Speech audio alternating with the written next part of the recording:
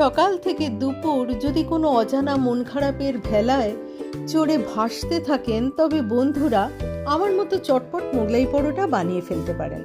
আধা আধি ময়দা আটা নিয়েছিলাম, তাতে বেশ খানিকটা সর্ষের তেলের ময়ান দিয়ে একটু নুন আর আধ চামচ খাবার সোডা মিশিয়ে 1 ঘন্টা আগে আমি মেখে রেখেছিলাম।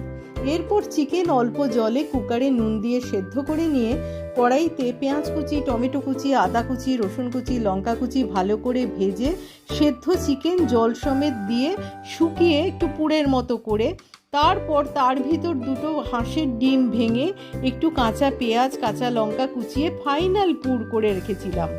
এরপর মেখে রাখা ডো থেকে আন্দাজ মতো লেচি কেটে গ্যাসের টেবিলে বড় করে বেলে পুর ভরে ভাঁজ করে ঘিতে ভাজা। দারুণ সুস্বাদু আর মুচমুচে হয়েছিল বন্ধুরা। আর এর সঙ্গে ছোট ছোট আলুর কড়াইশুঁটি দিয়ে দম করেছিলাম। ভাজতে না ভাজতেই সব শেষ। কোনো মতে ছবি তুলে রেখেছি 2খানা বাঁচিয়ে। রান্না কিন্তু মন ভালো করে দেয়। আবার সেই রান্না খেয়ে যদি লোকেরা বা বলে, তাহলে তো আর কথাই নেই। মনে হয় এরপর কি বানাবো।